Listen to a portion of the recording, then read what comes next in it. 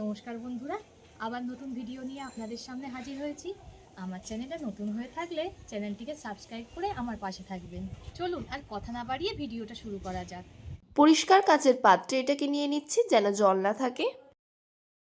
আজ কোনো রেসিপি না, একটা দুর্দান্ত গরম মশলা বানিয়ে আপনাদের দেখাবো। এর টেস্ট কিন্তু দোকানে কেনা মশলার থেকে হাজার গুণে বেশি। যে কোনো তরকারিতে এটা দিলে আর কোনো মশলাই দিতে লাগবে না। তো চলুন আর কথা না বাড়িয়ে ভিডিওটা শুরু করা যাক। এখানে একটা প্লেটের মধ্যে আমি দিয়ে দিচ্ছি চা চামচের 2 চামচ জিরে, চা চামচের 2 চামচ ধনিয়া, 1 চামচ ছোট এলাচ, সব কিন্তু আমি এই চা চামচের মাপ করে দিচ্ছি। 1 চামচ সাদা গোলমরিচ, চা চামচের 1 চামচ মেথি, 1 চামচ শাহি জিরে, 2টো স্টার মশলা, 1 চামচ লবঙ্গ। এবার দিয়ে দিচ্ছি জয়িত্রী, চা চামচের 1 চামচ বড় এলাচ। এগুলো কিন্তু সবকিছুই আমি আমার পরিমাণ অনুযায়ী নিয়ে নিচ্ছি, আপনাদের পরিমাণ অনুযায়ী আপনারা নিয়ে নেবেন। দিয়ে দিয়েছি দারচিনি, শুকনো লঙ্কা আর 3টে তেজপাতা, চা চামচের 1 চামচ রাঁধুনি, 1 চামচ কালো গোলমরিচ, একটা জায়ফল। আমার সুবিধার্থে আমি এখানে তেজপাতাগুলোর ছোট ছোট টুকরো করে নিচ্ছি। আপনারা চাইলে তেজপাতা ছোট ছোট টুকরো নাও করে নিতে পারেন,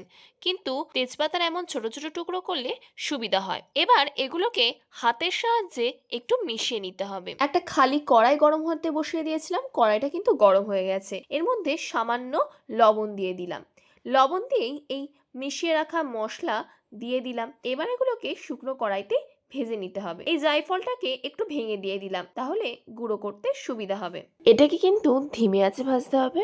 দেখতে হবে কোনো রকমে মশলাটা যাতে পুড়ে না যায়। এগুলোকে আমি এবার নামিয়ে নেব, এগুলোকে ঠান্ডা করে নেব। ঠান্ডা কিন্তু করা হয়ে গেছে। একটা মিক্সি জারের মধ্যে এগুলোকে নিয়ে নিচ্ছি ব্লেন্ড করার জন্য। এবার এটাকে ব্লেন্ড করে নেব। ব্লেন্ড কিন্তু আমার করা হয়ে গেছে। দেখুন কত সুন্দর মিহি করে আমি ব্লেন্ড করে নিয়েছি। গরম মশলাটা কিন্তু রেডি হয়ে গেছে।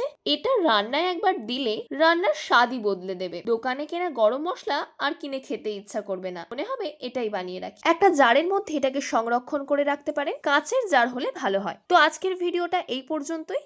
পরবর্তী ভিডিওতে আপনাদের সাথে আবার দেখা হচ্ছে।